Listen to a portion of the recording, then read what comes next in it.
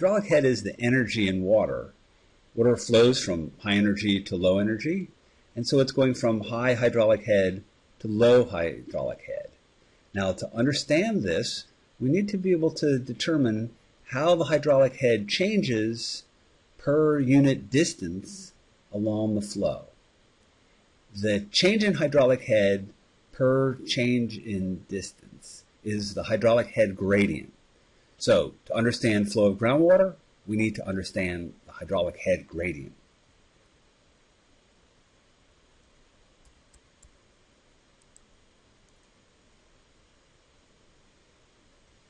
Okay, so let's take a look at this little sketch that represents a hypothetical experiment. We have this tube filled with sand, and we put two other tubes here into the wall of the tube. And these are clear, say they're glass tubes that stick up like this, and they're filled with water. Water fills the inside of this tube, and initially there's no flow, so the water level rises up, and the water in this tube is equal to the water level in that tube. Well, we saw previously that the hydraulic head is the height of the water in this tube above a datum. So the hydraulic head at this point inside of our sand-filled tube is equal to that height, and it's the same over here. So the two places are at either end of this sand-filled tube are at equal heads, and so there's no flow.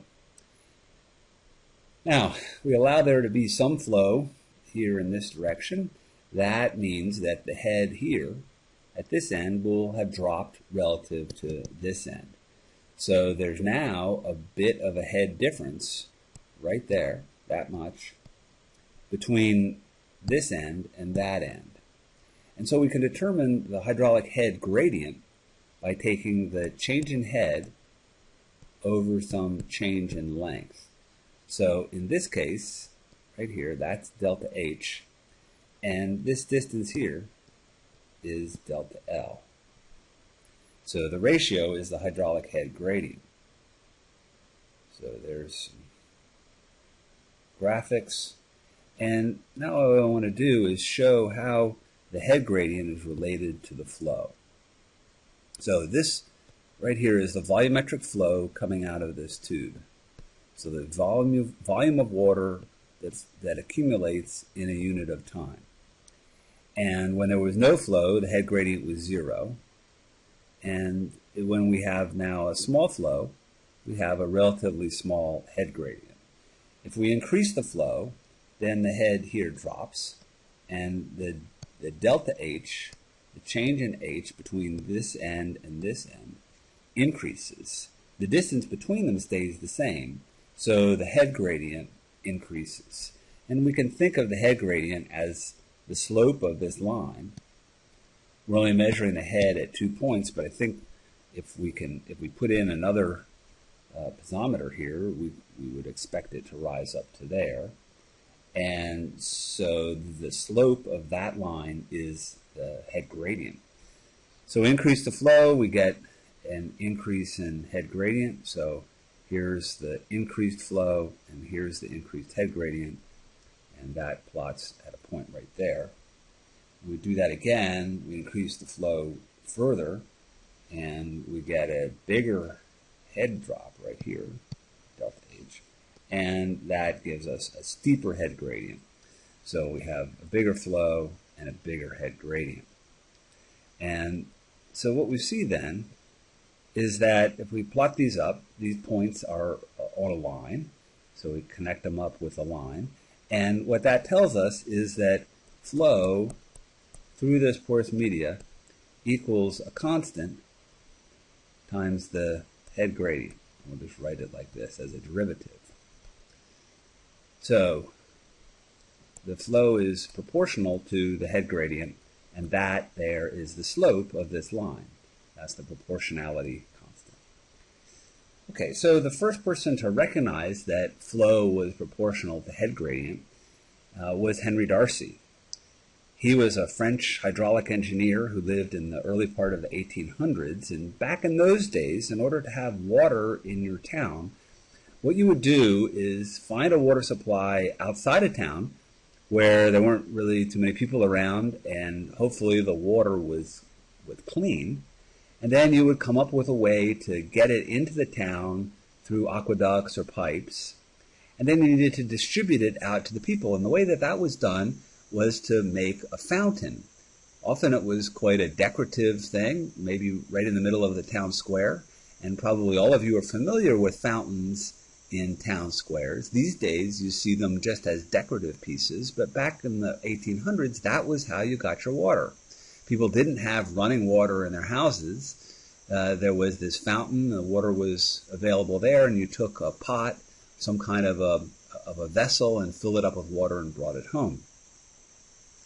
So in order for this to work and be reasonably healthy, there were measures done to try to improve the water quality.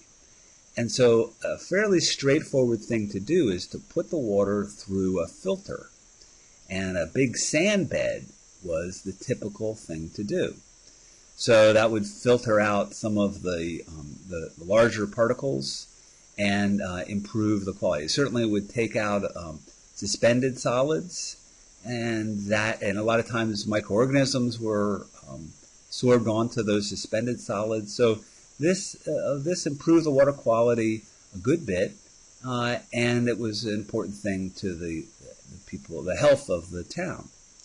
So Darcy was involved with this, and to understand how the sand filter worked, he built a device like this, and basically this is a tube right here. This is a tube filled with sand, and these things are little tubes that come off of that tube. And this is the same device that I showed you on the previous slide, except it's turned vertically.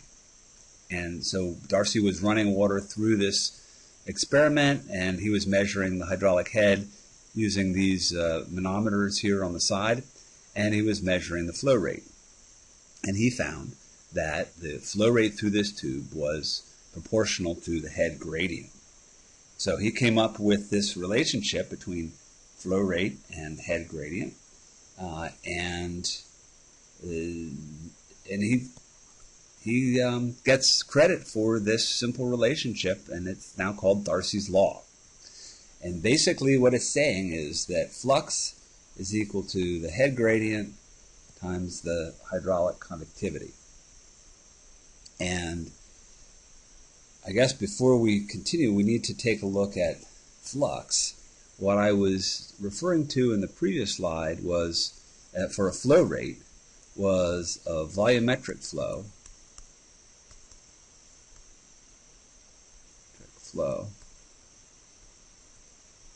So that's volume per time. So if we have this tube, we can think of gallons per minute as a volumetric rate. But what we need to do here is to take this quantity and divide by the cross-sectional area. And in this case, it would be this cross-sectional area. And so if we have volume per time per cross-sectional area, that's called the volumetric flux. Volume per area per time.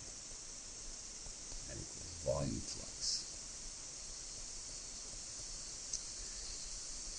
Okay, so Darcy's law is saying volumetric flux equals the head gradient times this thing called the hydraulic conductivity. In the previous slide, we recognized that this was a constant, and it was the slope of the plot. And here we get to give it a name, the hydraulic conductivity. This will be an important property of soils or porous material in general that govern the flux. It allows us to relate the flux through the subsurface to the head gradient. Okay, so here's an example. If we conduct an experiment using two tubes, one filled with sand and one filled with clay, they'll have different hydraulic conductivities. And if we create the same head gradient in these two experiments, then I think it's pretty intuitive that the flow rate through the sand would be quite large compared to the clay, which would be very small. So the ratio, the flux that you get per unit of head gradient is going to be much greater for the sand than for the clay. Well, we could just simply if we divide both sides by head gradient,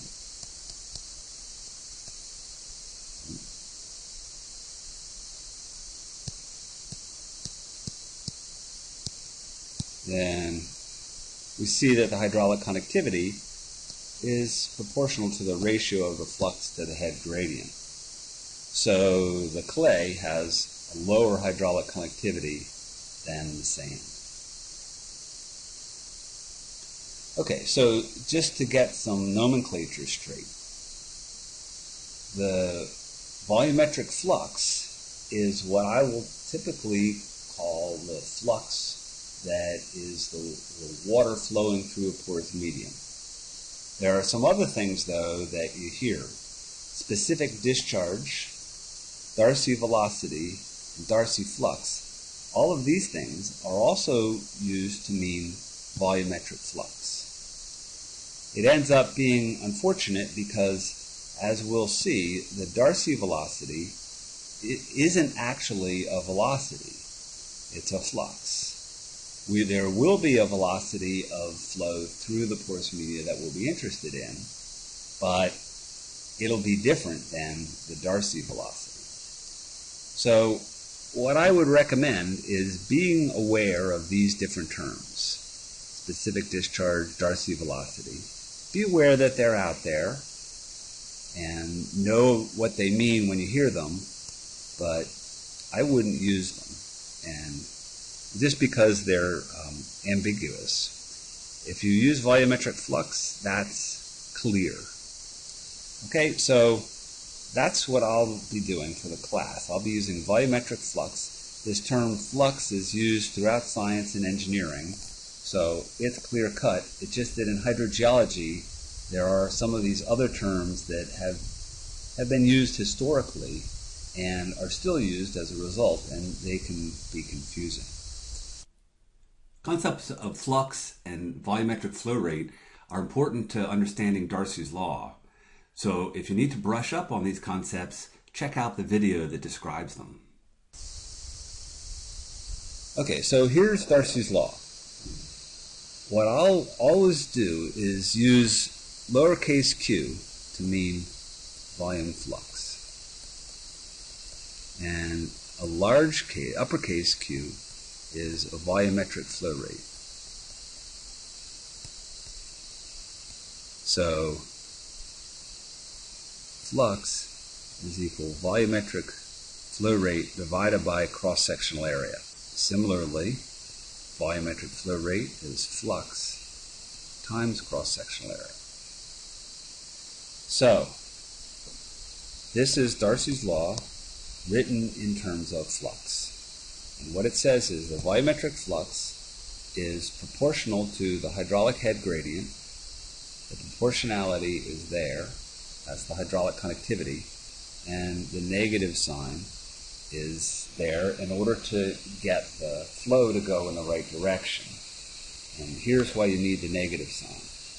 This flux in the x direction, that means that the flow is going in that direction, in the positive x direction. So if we plot the hydraulic head as a function of x, and it looks like this, then the head is highest here at a small value of x, and it drops to this value here at a larger value of x. In this case, the slope is negative, and the flow, this would cause a flow in that direction. So if the gradient is negative and the flow is in a positive direction, then we need a negative sign to straighten out this matter. So the negative sign is to allow, or it's to mathematically allow the flow to go from high head to low head, to go down the hydraulic head gradient. So this is what Darcy's law looks like in 1D. If we write it in 3D, then we replace this gradient with this del operator. If we write it for anisotropic conditions, then we have this Darcy's law for flow in the x direction, and that's the hydraulic conductivity in the x direction.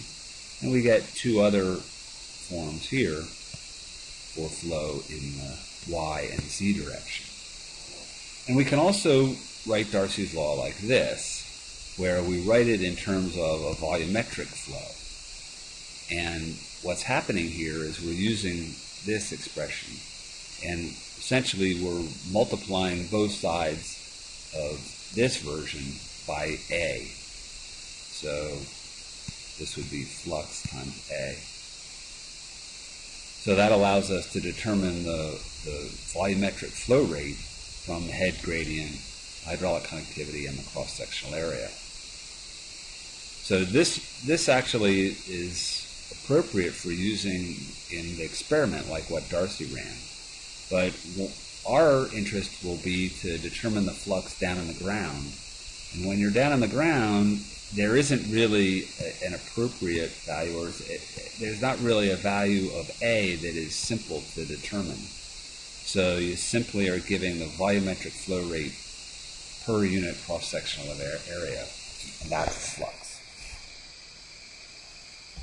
Okay, so we can apply Darcy's law in an experiment that is similar to what Darcy did. And here's an example. So we have this tube filled with porous material, and we've got head here and head here. And here are the specs.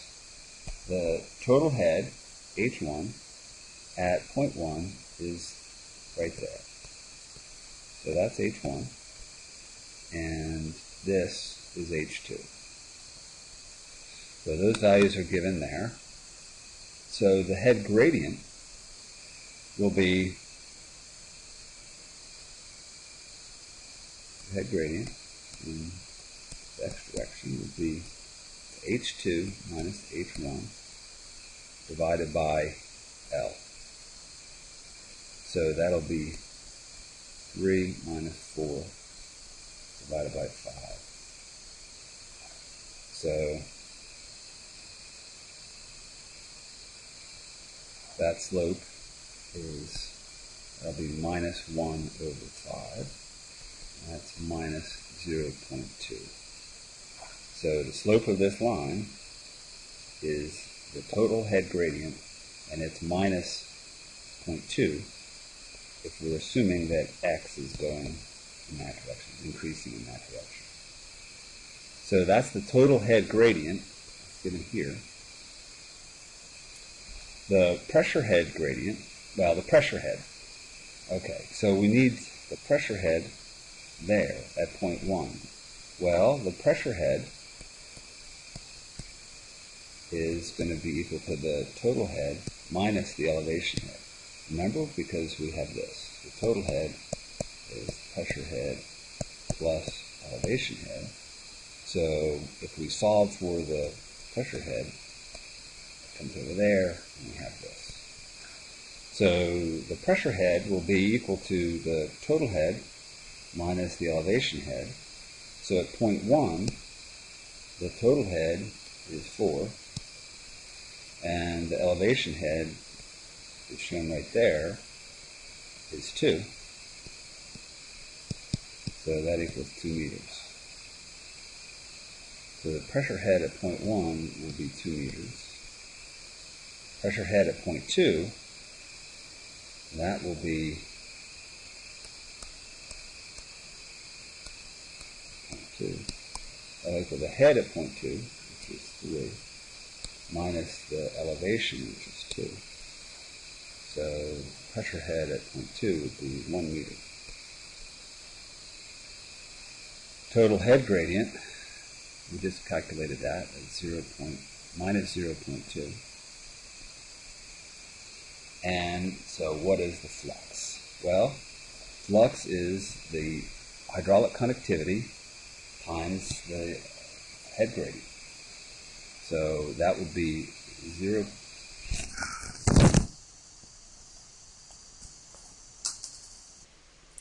Let's go and try an example of using Darcy's law to determine the flux. So here's the little experiment that resembles Darcy's experiment. We've got a tube filled with sand here, and these manometers allow us to measure the total hydraulic head. Here are some of the specs right here, and we want to answer these questions. So first, the pressure head at point 1. There's point 1. So we need to go back to the equation that we used to define head. So the total head is equal to the pressure head divided by the elevation head. So we're asked for the pressure head. That's the total head minus the elevation. So in this case, let's see, the total head at 1, H1 minus Z1, is H1 is 4 meters and Z1 is 2 meters. So that's 2 meters. So the pressure head at point 1 is equal to 2 meters. At point 2, the pressure head is this. The pressure head at 2 is H2 minus Z2, and that's 3 meters minus 2 meters. That's 1 meter. So the pressure head at 2 is equal to 1 meter. The total head gradient, well, that's going to be the change in head over the change in distance. So we can see it graphically. That's the delta H right there, and it'll be divided by that distance. So the head gradient, dH dL, that will be this head here, which is 3 meters, minus that head there, 4 meters, divided by 5 meters. So the head gradient is dimensionless. There are meters here and meters here, so the units cancel, and we get minus 1 over 5. That equals minus 0.2. So that's the hydraulic head gradient.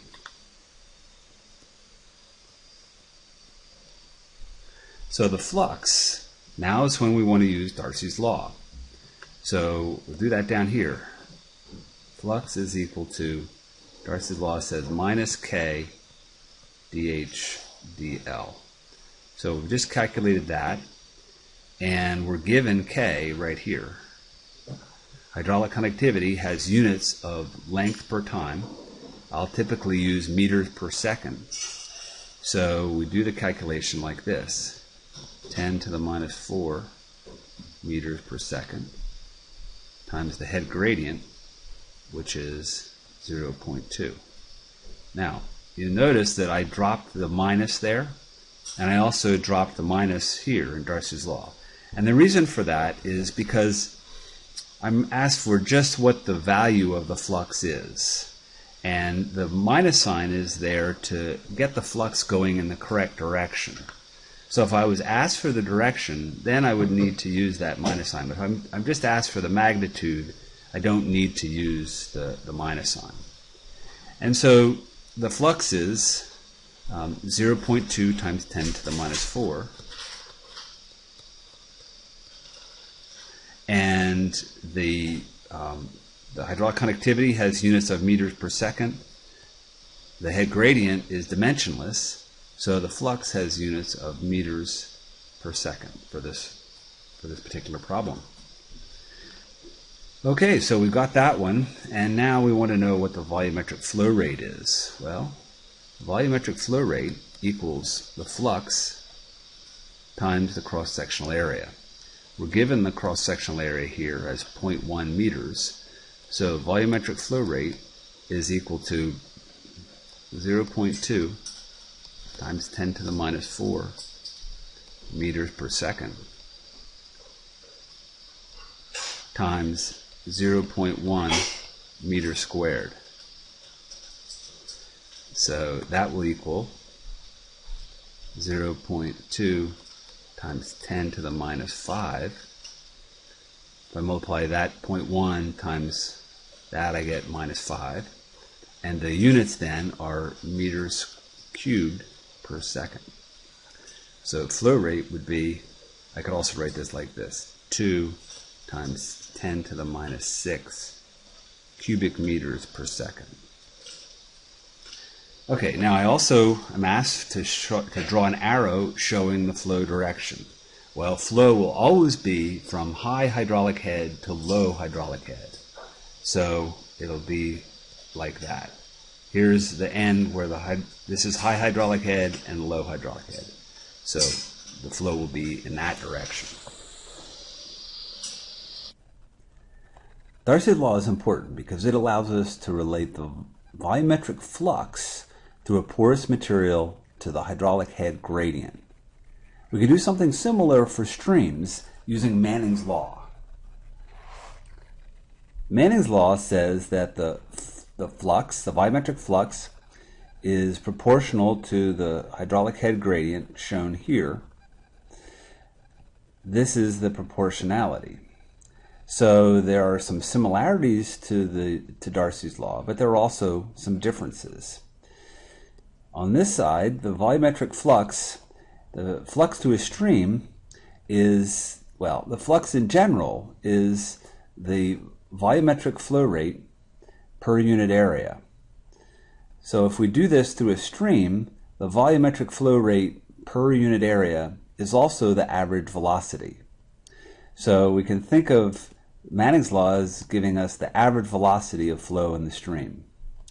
And what it's telling us is that that average velocity is equal to the flux to the square root power times these two things. This HR to the 2/3, HR is called the hydraulic radius. That equals the cross-sectional area of the stream divided by the wetted perimeter. So the cross-sectional area, if we look at the stream in cross-section where it's flowing perpendicular to this section, the blue is the cross-sectional area.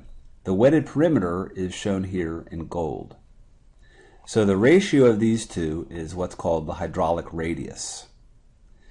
N is the roughness of the wall. So how rough this wall surface or the bed of the stream is. So these two things, the hydraulic radius, which is really a kind of a measure of the shape of the cross-sectional area, and the roughness of the wall, these contribute to the resistance to flow. And just like in Darcy's law, the hydraulic head gradient is what drives the flow. So there are some similarities. There are also some differences. We can see this by comparing them directly. Here's Darcy's law, flux, hydraulic conductivity, head gradient. And here's Manning's law, average velocity, which is equal to flux, hydraulic radius, roughness, hydraulic head gradient. So this is similar to or analogous to hydraulic conductivity. So that's kind of a similarity. In Darcy's law, we see we have a negative sign. There is no negative sign in Manning's law. And the reason for that is that we have a pretty good idea of what the direction of flow is going to be in a stream. So we don't really need to specify that. The flow is still going in the negative of the negative direction of the hydraulic head gradient. It's going down the hydraulic head gradient. So the negative sign just is not used by convention in Manning's law. The other difference is that we see here this exponent. In Darcy's law, the exponent is 1. In Manning's law, the exponent is 1/2. And the reason for this is because in order for Darcy's law to be valid, the flow through the porous media has to be under laminar conditions. But flow through a stream or flow through a conduit, that is almost certainly going to be under turbulent conditions. And as a result, the head gradient, which is the amount that the energy is lost per unit of distance, that's going to be greater. You're going to lose the energy faster in turbulent flow, and this 1/2 as an exponent accounts for that. So the 1/2 is a result of turbulence. So there are some differences and the dissipation of energy from turbulence. Okay, so let's apply these principles to the field. This will really be why we're interested in all of this stuff. As it turns out, we can measure the hydraulic head in the field using piezometers. And if we can measure the hydraulic head at points, then we can take the difference and calculate the head gradient. So here's an example where we put in 2 piezometers right at the water table, and the water rises up to here and to here. So those are the hydraulic heads at these points. And the difference then is right here. That's delta H. The difference in length is here. And so the head gradient is delta H over L, or that's given here. Okay, so that's the horizontal head gradient, the head gradient in that direction. That would indicate that there was a flow in that direction. So what we see, though, is that the flow is really more like this. The pattern of flow is really more like this. So there's a horizontal component to the flow. It is moving in this direction, but it's also moving downward. So here it's moving downward. And here there's a vertical component where the flow moves upwards to discharge to the stream. So these different components of the flow directions are manifested in the distribution of the hydraulic head. So the head distribution would look like this. If we knew what the head was throughout this cross-section and we contoured it up, it would look something like this. So what that means is, if we put in piezometers, like the ones we saw, we would get this value, and that gives us the horizontal head gradient. And we could think of that as kind of the average horizontal hydraulic head gradient in this region here. If we put another piezometer in that goes deep, though, and we screen it right here at the bottom, then the water level rises to here, and the head right here, you see the contours, the head right here will be slightly less than 8. Here it's 9, and so there'll be a head difference between these 2 piezometers of about 1 meter. So these are 2 piezometers that are put in right one next to another. We measure different hydraulic heads in these 2 neighboring piezometers, and that's because the piezometers are completed at different depths and there's a vertical hydraulic head gradient. Most importantly, we can measure that hydraulic head gradient using these piezometers, because we can measure the head here and measure the head here, and we know this difference in depth. So let's see, there's delta H with the graphic, and the pink is showing the difference in distance, separation distance between those 2 measurements. And what's really important is to recognize that the hydraulic head that's determined by this elevation applies to that location. Okay, so there's a hydraulic head of 8 right here at that point that we got as a result of this elevation. So we get the vertical hydraulic head gradient as the difference in head between these 2 points divided by the difference